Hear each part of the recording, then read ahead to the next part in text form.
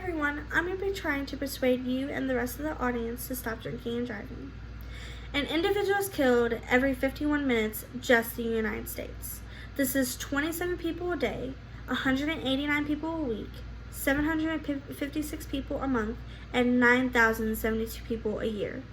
Let that sink in. Before you decide to drink and drive, just think about the harm you could be causing not only yourself, but others. My mom's friend's 21-year-old daughter died in an alcohol-related accident because a man was too careless and was on his third DUI with a suspended license, driving, plus had drugs, alcohol, and a gun in his vehicle. He was put in jail for 7 hours. Yes, I said hours. A few months later, he got another DUI and was set free once again. This happened over a year ago, and she's just now starting to get over it. So imagine you love and cherish someone, and they make the same terrible choice to drink and drive, or is taken away from you because someone else decided to make the same terrible choice. Or even worse, imagine you make this terrible decision and take lives. To prevent this, drinking and driving needs to stop, and it starts with all of you following these few simple steps. When attending a social event that involves alcohol, always identify a designated driver. Never let you or your friends or anybody else in the group drink, then drive. And as a parent or caregiver, always inform your children or child of the dangers of drinking and driving.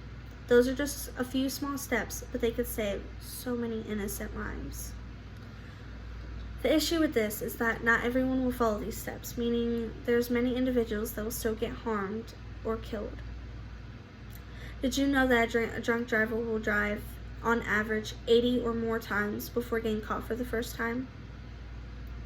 That's ridiculous that someone that's intoxicated could drive that often before getting caught. I mean, this individual has put themselves and others in danger 80 or more times before finally suffering the consequences. Possibly. This statistic right here is the reason why we need to step up. Not only that, 50 to 75% of individuals who have had their license revoked due to drinking and driving had continued to drink and drive intoxicated. Therefore, this should reinforce the need for ignition interlock devices to be installed in everyone's vehicle after the first offense.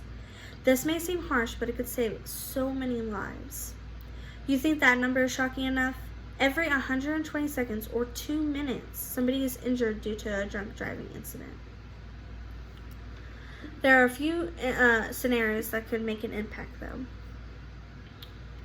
There's always consequences to your actions. For example, you see someone being taken advantage of that's intoxicated, and you don't stand up for them. This could mean that the intoxicated individual could be raped or even killed, and you could have prevented it. You see my point? Another example, all of you and your friends get intoxicated somewhere public and don't have a designated driver. This could mean one of two things. One, a good person could possibly help y'all out by making sure you guys get home safe, but the difficulty with this is that they don't know where you guys live. Or you all could get into trouble such as being drugged, raped, killed, etc. Or you drive or someone else drives because they don't realize they're drunk, or you don't realize you're drunk. Not only are you putting yourself in danger, but you're putting others in danger as well. This is most likely what happens to majority of first-time offenders. However, that doesn't change the outrageous numbers of people injured or killed due to auto-related accidents. But there's a way to fix this. With help, we can stop drinking and driving. For example, like I previously said, when attending a social event, always identify a designated driver for the individuals at the event, including yourself. This prevents someone driving intoxicated, as well as avoiding anyone being taken advantage of. That being said, if each person at the social gathering in this group is intoxicated, a surrounding individual or individuals can prey on you or someone you know that's involved in the group. So it's just best to guarantee a designated driver or drivers will be transporting everyone. Continuing with this, never let you or your friends or anyone at the event drive after consuming alcohol. If you see someone who's intoxicated, whether you know them or not, trying to drive a vehicle, stop them, seriously. Even if it makes you uncomfortable, do it because you don't know what could happen. Their life could be taken away, or they could take others' lives with them, meaning precious lives could be taken away from families.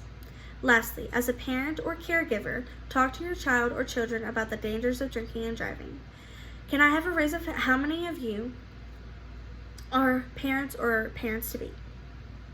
Well, imagine losing your child to either them or someone else making an unintelligent decision to drink and drive because they didn't know the dangers of it. This is where you step in. Parents and guardians are there to guide children to make the right choices, meaning teaching them significant aspects about life, such as the dangers of drinking and driving. There's just a few simple ways to prevent as many lives being taken away from drinking and driving. In conclusion, as many drinking and driving incidents can be prevented with each and every one of y'all's help. So if you see something that seems suspicious, stand up and say something or do something while staying safe yourself.